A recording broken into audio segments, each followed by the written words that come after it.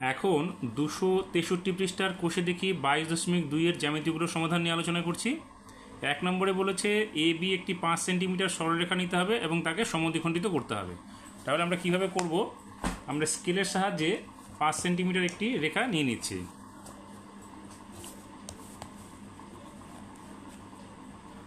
এখানে 0 থেকে শুরু করে 5 পর্যন্ত একটি সরলরেখা নিলাম,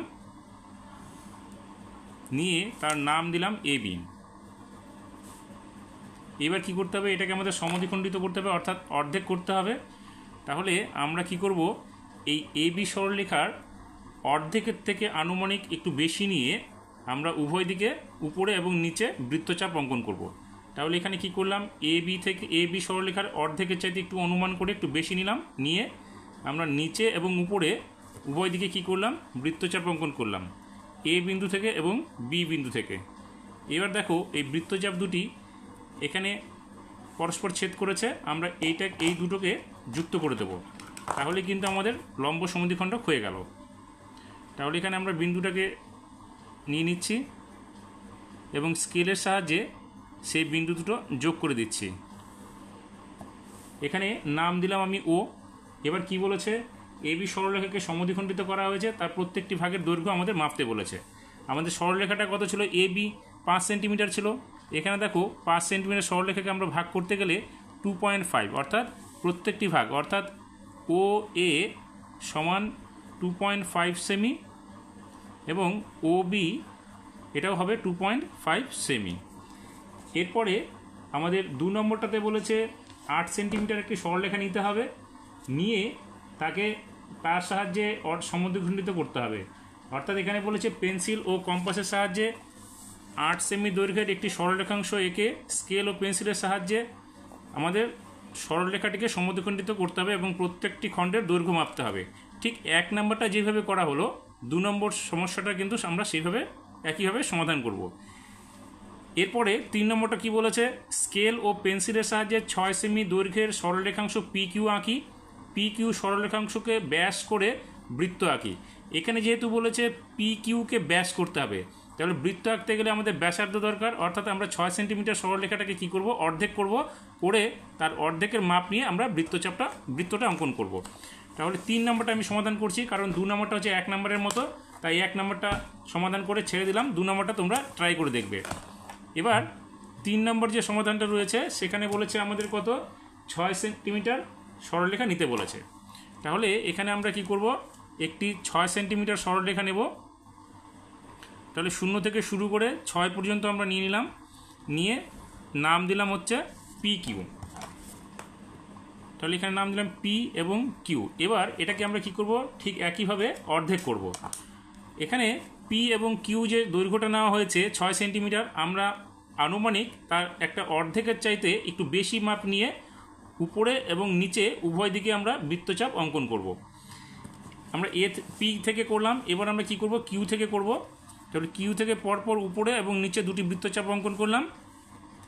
এবার এই বৃত্তচাপ দুটি যেখানে ছেদ করেছে সেখানে আমরা কি করব? যোগ করে নেব। তাহলে যোগ করলে আমাদের এটা সমদ্বিখণ্ডক হয়ে গেল। অর্থাৎ এখানে আমরা ব্যাসার্ধ বের করে নিলাম, ব্যাসের অর্ধেক ব্যাসার্ধ। তাহলে এখানে আমাদের ব্যাসার্ধটা কত হবে?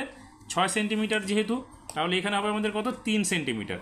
এবার আমরা এখানে নাম দিয়ে দিচ্ছি মাঝে অংশটা, অর্থাৎ ছেদবিন্দুটার নাম দিচ্ছি ও। এবার আমরা কি করলাম? ও থেকে কিউ পর্যন্ত মাপ নিয়ে নিলাম। এখন আমরা যে পি কিউকে অর্ধেক করলাম, অর্থাৎ প্রত্যেকটি খণ্ড কি হলো? ও পি এবং ও কিউ। আমাদের অর্ধেক মানে যে 6 সেন্টিমিটারকে অর্ধেক করলে কত হচ্ছে? 3 সেন্টিমিটার করে বের হচ্ছে। তাহলে এই 3 সেন্টিমিটার ব্যাসার্ধ নিয়ে আমরা এখানে একটা বৃত্ত অঙ্কন করব। তাহলে আমরা কি করলাম? ও বিন্দুতে কাঁটাটি বসালাম, বসিয়ে ও কিউর মাপ নিলাম। এখানে নিয়ে আমরা কি করলাম? এটাকে বৃত্তচাপ অঙ্কন করে এখানে বৃত্ত তৈরি করে নিলাম। হয়ে গেল। এবার কি বলেছে? 3 নম্বরটা সমাধান আমাদের হয়ে গেল। এখন আমাদের 4 নম্বরে কি বলেছে দেখো। এখানে বলেছে স্কেল ও পেন্সিলের সাহায্যে এ বি একটি 8 সেমি দৈর্ঘ্যের সরলরেখাংশ আঁকি। এই এ বি সরলরেখাংশকে সমান 4 ভাগে ভাগ করি, প্রতি ভাগের দৈর্ঘ্য মেপে দেখি। তাহলে এখন কি করব? আমরা 4 নম্বরে আমরা একটা 8 সেন্টিমিটার সরলরেখাংশ নেব।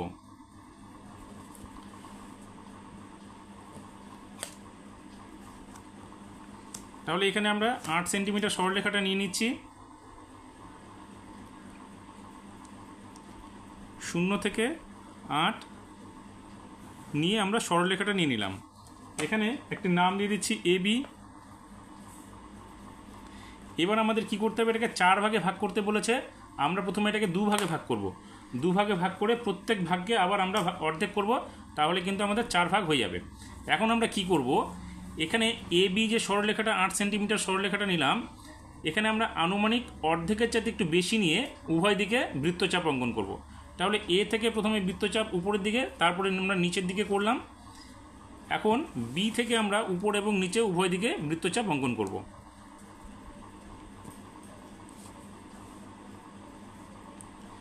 এবার আমরা কি করব, এই ছেদ বিন্দুটাকে যোগ করে দেব।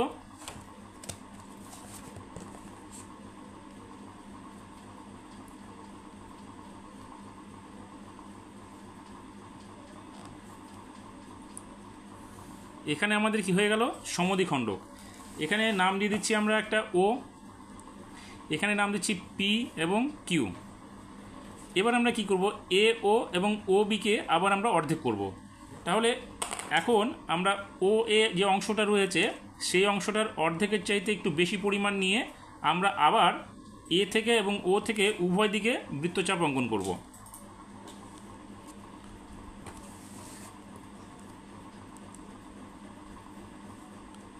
ঠিক একইভাবে আমরা O এবং B থেকে উভয় পাশে আবার বৃত্তচাপ অঙ্কন করব।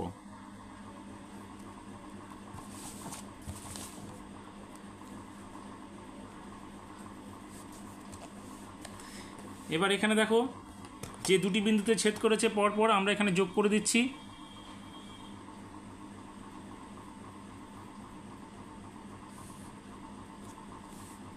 এখানেও আমরা যোগ করে দিচ্ছি।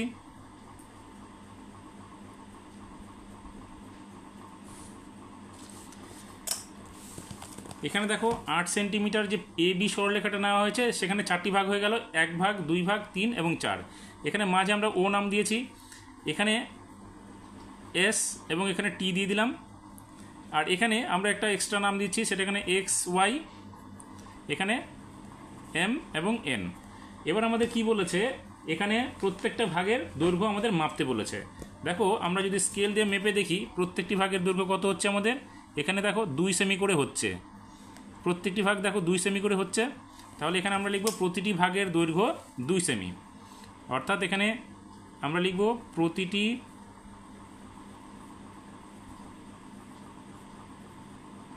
ভাগের দৈর্ঘ্য 2 সেমি। অথবা আমরা এরকমভাবেও লিখতে পারি, AS সমান চিহ্ন 2 সেমি, SO সমান চিহ্ন 2 সেমি, OT সমান চিহ্ন 2 সেমি এবং BT সমান চিহ্ন 2 সেমি। এইভাবেও আমরা এটা লিখতে পারি। এবার কি বলেছে 5 নম্বরে, দেখো বলেছে কি, দুটি বৃত্ত আঁকি যাদের ব্যাস যথাক্রমে 5 সেমি এবং 7 সেমি। দেখো এই অঙ্কটাই ঠিক 3 নম্বর অঙ্কটাতে কি আছে, দেখো স্কেল ও পেন্সিলের সাহায্যে 6 সেমি দৈর্ঘ্যের সরলরেখাংশ আঁকি, নাম দিই PQ, এবং PQ সরলরেখাংশের ব্যাস করে বৃত্ত আঁকি। তার মানে 3 নম্বর সমাধানটা আমরা যেভাবে করেছি 5 নম্বর সমাধানটা ঠিক একইভাবে হবে। প্রথমে কি করব, 5 সেন্টিমিটার সরলরেখা নেব, নিয়ে অর্ধেক করে সেই অর্ধেকাংশের মাপ নিয়ে আমরা বৃত্ত অঙ্কন করব। ঠিক একইভাবে 7 সেমি দৈর্ঘ্য নিয়ে তাকে অর্ধেক করে আমরা আবার সেই অর্ধেকাংশ দিয়ে বৃত্তচাপ দিয়ে বৃত্ত অঙ্কন করব। তাহলে 3 আর 5 নম্বরটা একই হয়ে গেল। এখন আমরা 6 নম্বর প্রশ্নটিতে যাচ্ছি। সেখানে কি বলেছে, মাসুম একটি ত্রিভুজ ABC আঁকলো, তারপর স্কেল ও পেন্সিল কম্পাসের সাহায্যে সে ত্রিভুজের BC AC AB বাহু 3টি লম্ব সমদ্বিখণ্ডিত আঁকলো। ওই লম্ব সমদ্বিখণ্ডক 3টি সমবিন্দু হলো কিনা সে দেখলো। যদি সমবিন্দু হয় ওই বিন্দুর নাম দিল O। এরপর O বিন্দুকে কেন্দ্র করে AO সরলরেখাংশের সমান ব্যাসার্ধের দৈর্ঘ্য নিয়ে একটি বৃত্ত আঁকলো। তাহলে এটা আমরা কীভাবে আঁকবো, আমরা যে কোনো একটি ত্রিভুজ এখানে এঁকে নেব। প্রশ্ন নাম্বার হচ্ছে এটা 6। তাহলে যে কোনো মাপের একটা আমরা এখানে বৃত্ত এঁকে নিচ্ছি।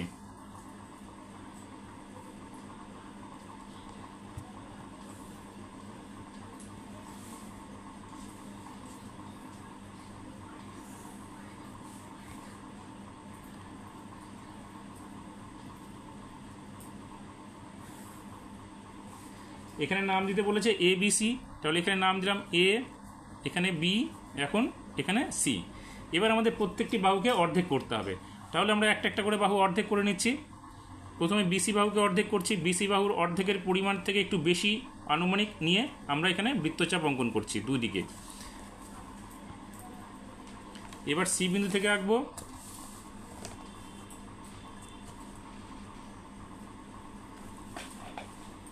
এটাকে আমরা যোগ করে দেব।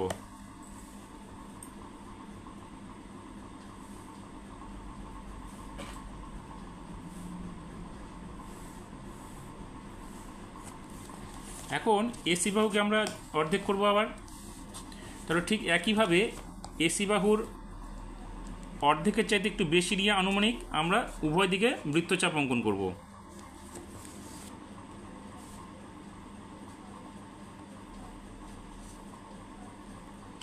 এখন আমরা কি করব, এই ছেদ বিন্দু দুটোকে আমরা যোগ করে দেব।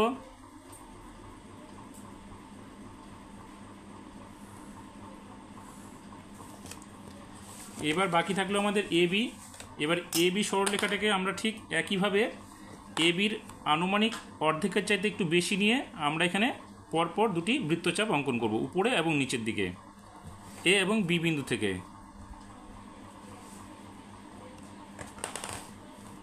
এখানে দেখো এ বি সরলরেখাটাকে যে ছেদ করলাম আমরা, এখানে বৃত্তচাপ দুটোকে যোগ করে দিচ্ছি, ছেদ বিন্দু দুটোকে। এখানে দেখো ও বিন্দুতে ছেদ করেছে, কিন্তু আমরা যদি ঠিকভাবে দেখি, আমরা যে এখানে আমি যে এখানে এবিসি ত্রিভুজটা অঙ্কন করেছি, সেখানে কিন্তু ও বিন্দুতে একটি বিন্দুতে ছেদ হচ্ছে না, একটু সরে গেছে এটা। যদি তোমাদের এখানে সরে একই বিন্দুতে ছেদ হয় তাহলে তোমরা সেখানে অঙ্কন করবে, এখানে কিন্তু আমার হয়নি। এখানে আমি ও নাম দিচ্ছি, তোমরা কি করবে, যদি ছেদ বিন্দু মিলে যায় তাহলে সেখানে নাম দেবে। এবং এটাকে বলেছে আমি ধরে নিচ্ছি এখানে একই বিন্দুতে মিলিত হয়েছে, কিন্তু এটা মিলিত হয়নি আমার এখানে। তারপরে তোমরা কি করবে, সেখানে যদি মিলিত হতো তাহলে এখান থেকে ও এবং এ এই অংশটার মাপ নেবে, নিয়ে তারপরে সেই অংশটার বৃত্তচাপ অঙ্কন করবে। তাহলে এখানে এ থেকে ও বিন্দুর মাপ নেবে এইভাবে। এখানে যেহেতু আমার হয়নি সেই জন্য আমি এটাকে বৃত্তচাপ অঙ্কন করব না, কিন্তু তোমাদের জন্য যদি মিলে যায় তাহলে সেখানে আমরা ও বিন্দুর মাপটা এইভাবে নেব, নিয়ে তারপরে আমরা কি করব, এই যে এ থেকে ও বিন্দুর মাপটা নিব, নিয়ে আমরা নিচে একটা বৃত্ত অঙ্কন করে দেবো। ঠিক এইভাবে আমরা একটা অঙ্কন করব।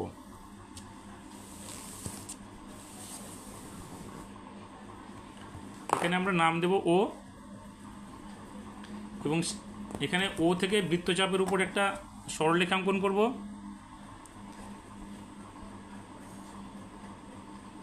এখানে নাম দিচ্ছি আমরা এ, অর্থাৎ ও এ ব্যাসার্ধ যেটা হলো তার অংশ হচ্ছে ও এ ব্যাসার্ধ দিয়ে আমরা একটা বৃত্ত অঙ্কন করব। এইভাবে আমাদেরকে 6 নম্বর যে প্রশ্নটা আছে তার সমাধানটা করতে হবে।